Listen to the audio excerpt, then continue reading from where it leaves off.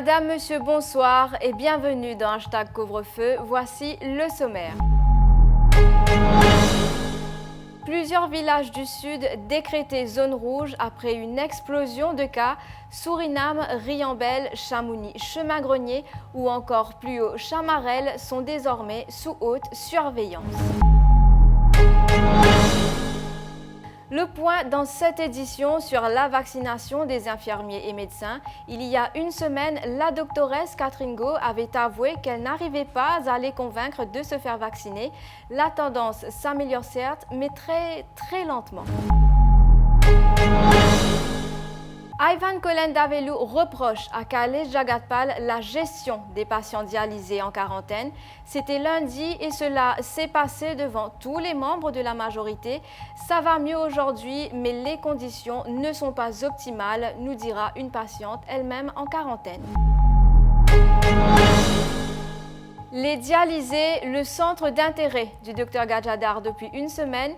Il fait dans ce numéro de Hashtag Couvre-feu une proposition concrète au ministre et à ses collègues pour, dit-il, éviter une hécatombe. Et nous terminerons par une visite chez le coiffeur. Ils ont rouvert après plus de 20 jours. Des clients heureux de se remettre à neuf, mais un peu inquiets d'un point de vue sanitaire. On commence donc par cette nouvelle qui vient de tomber. Plusieurs villages du Sud ont été décrétés zone rouge. Il s'agit entre autres de Riambel, Chamouni, Suriname, Chemin-Grenier. Autre zone rouge décrétée, Chamarel. Voici les explications que vient de fournir le DCP Djogrou. Le ministre, comme c'est annoncé tout à l'heure, il déclare une autre zone, red zone. C'est l'endroit le sud, que nous appelle Suriname, Riambel, Suriname, Riambel, il y a les mêmes Zika, Rivière des Galets, les vignes Samouni là, et Chemin-Grenier. Tout ça, l'endroit-là, nous déclarons red zone. C'était il y a une semaine. La doctoresse Catherine Go chantait son malheur de ne pouvoir convaincre les médecins et infirmiers du public à se faire vacciner. Avant de faire le point sur l'avancée de la vaccination pour ces frontliners, on remonte à samedi dernier. Voici ce que disait la conseillère du Premier ministre. Or, nous constatons que nous avons à peu près simplement un tiers de nos staffs qui sont vaccinés. Et d'ailleurs, ce que l'on constate très bien, c'est que dans le fameux service d'hémodialyse de Souillac, donc là où il y a des gens qui viennent pour l'insuffisance rénale, eh bien, il y a un staff sur tout le personnel qui est vacciné. Une réticence que confirme le docteur Vinesh Susan. Il est le président de la Mauritius Health Officers Association, l'association des médecins du public. Il explique la réserve de ses confrères par un manque d'informations et aussi le controversé consent form. Et le 26 janvier, quand je commence la campagne de vaccination, après 500 000 de sécurité gagnés en don de l'Inde, nous bien comprend qu'à cette époque, le vaccin AstraZeneca n'est pas encore homologué par l'OMS. Mais aussi qui tient à ça. Encore, il a dit d'ailleurs, c'est un consent form, c'est qui controversial là, bien.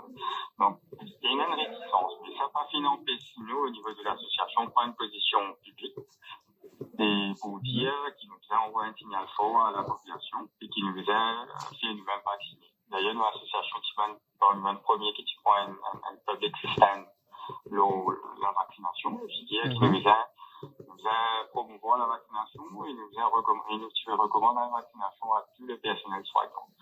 Donc, réticence à me penser une bénie parce que c'est encore un peu bandu le vaccin AstraZeneca et bien sûr le concept. Mais bien évidemment, après nous une campagne de sensibilisation, nous finissons une série de tactiques, de moyens très convaincant que nous motive nos staff pour qu'ils pas les médecins, mais le staff et tout le staff là. D'accord. C'est motive un staff pour qu'ils, comment dire, fait le même vacciner. Parce il nous a réalisé que c'est la seule option le plus efficace, c'est qu'il est. La seule option, c'est qu'il est la plus efficace pour ce qui est en ce moment, pour qu'il nous capable de sortir de sa problème-là. Le nombre de médecins du public qui se sont fait vacciner n'est pas connu pour l'heure. La question a été posée au NCC. Le ministre Jagat Pal a simplement affirmé cet après-midi qu'aujourd'hui, 465 membres du personnel médical se sont fait vacciner. Du côté des infirmiers, par contre, le président du syndicat estime qu'on a passé le cap des 50%. Ramna Zadik, président de la Nursing Association, explique que durant les premières semaines de vaccination, les infirmiers étaient débordés et n'avaient pas le temps de se déplacer dans les centres de vaccination, mais la situation s'est améliorée avec de nouvelles mesures prises. Avant qu'il fasse un vaccin, là, tu fais une survey parmi les health workers. Oui. Dans cette survey-là, tu montres que 75% qui montraient une positive réponse par faire ce vaccin. Mais là, nous commençons à faire vaccin, nous pays de plus en plus une COVID-safe. Là, nous avons 30% qui n'ont fait ce vaccin.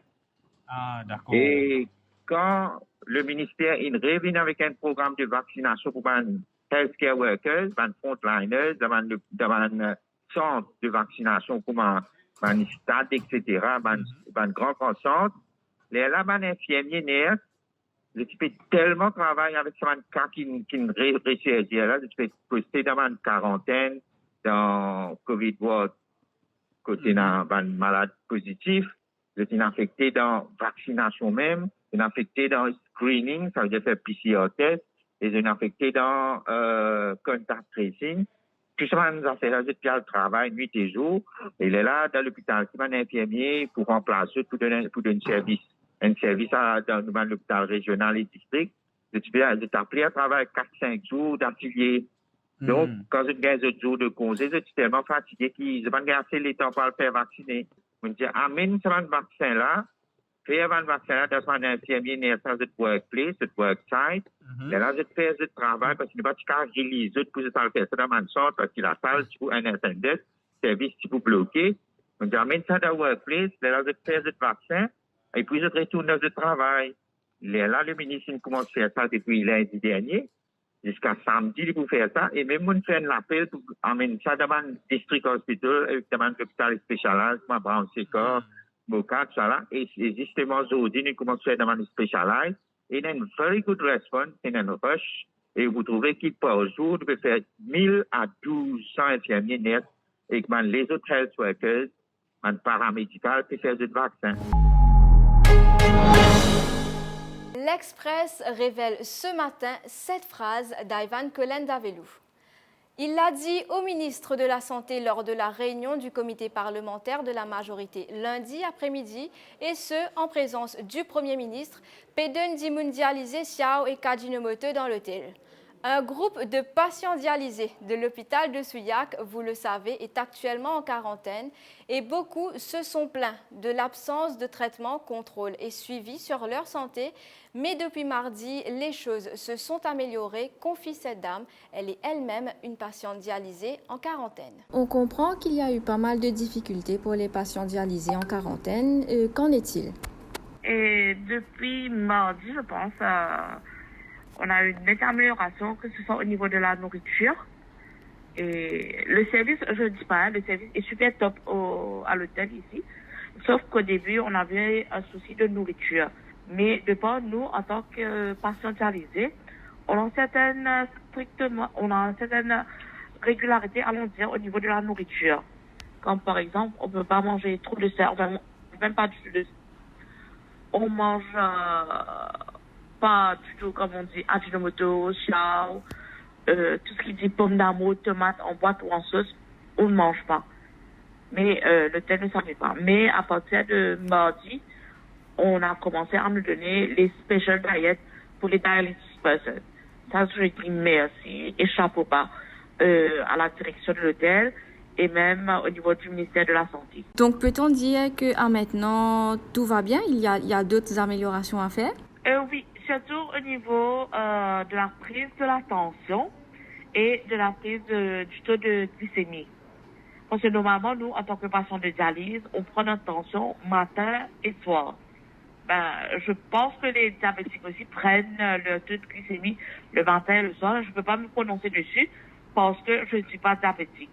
Mais je pense que au moins, surtout pour les vieilles personnes, ils auraient dû mettre quelqu'un là le matin quand la personne vient prendre la température. Ils prennent le taux de glycémie et la prise de la tension aussi. Et pour mettre fin au calvaire des dialysés en quarantaine, le docteur Vasantra Gajadhar formule 7 propositions. C'était dans sa rubrique quotidienne un peu plus tôt sur l'express.mu. Moi, j'ai une solution, depuis 2-3 ans, pour cette solution-là, mais personne ne parle, écoute-moi. Pour moi, il y a une solution.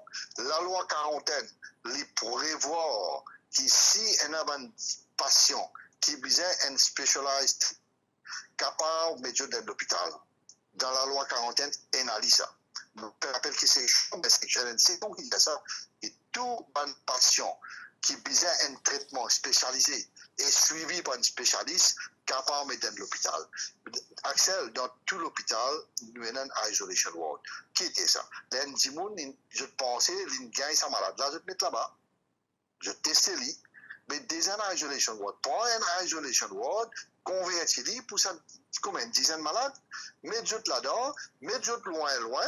C'est pas juste le démettre et la place. Mettre un screen, comme ça nous connaissons chacun pour loin avec son camarade. Et quand même ça, je vous sens entouré. Et là-dedans, je te reste là-dedans, la peau contrôlée, personne ne va pas rentrer.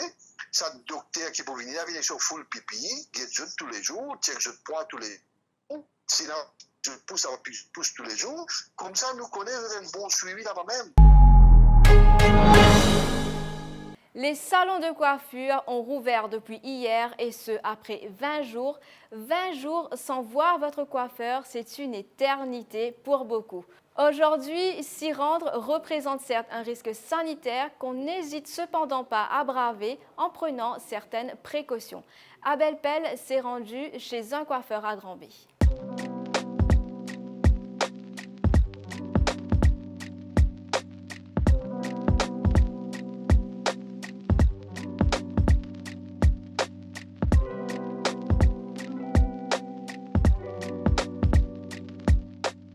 Ça fait près d'un mois que je passe pas à travail à cause du confinement, malade partout.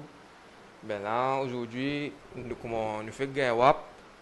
Nous avons venu avant, sanitiser tout les affaires, sanitiser le salon, les outils, l'équipement, tout. Nettoyer partout bien propre. Ben voilà, nous reprenons le travail. Et comme nos clients, ça fait longtemps qu'ils viennent venir, c'est des films blancs, tout. Ils me disent colorier. Après, nous prenons un client par rendez-vous, par téléphone, par norme alphabétique, pareil comment j'ai besoin de faire, de suivre le règlement.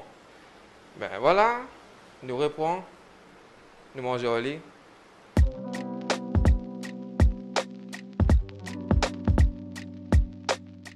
Je viens de commencer aujourd'hui. Ça fait longtemps qu'il peut attendre, une longue attente. Et on est venu sans crainte parce que il y a tout là, et bien sanitizing, il y a en sécurité quoi. Et ça n'a pas fait moi peur parce que on a bien occupé, Michel a bien occupé avec sa affaire discipline qui met en vigueur.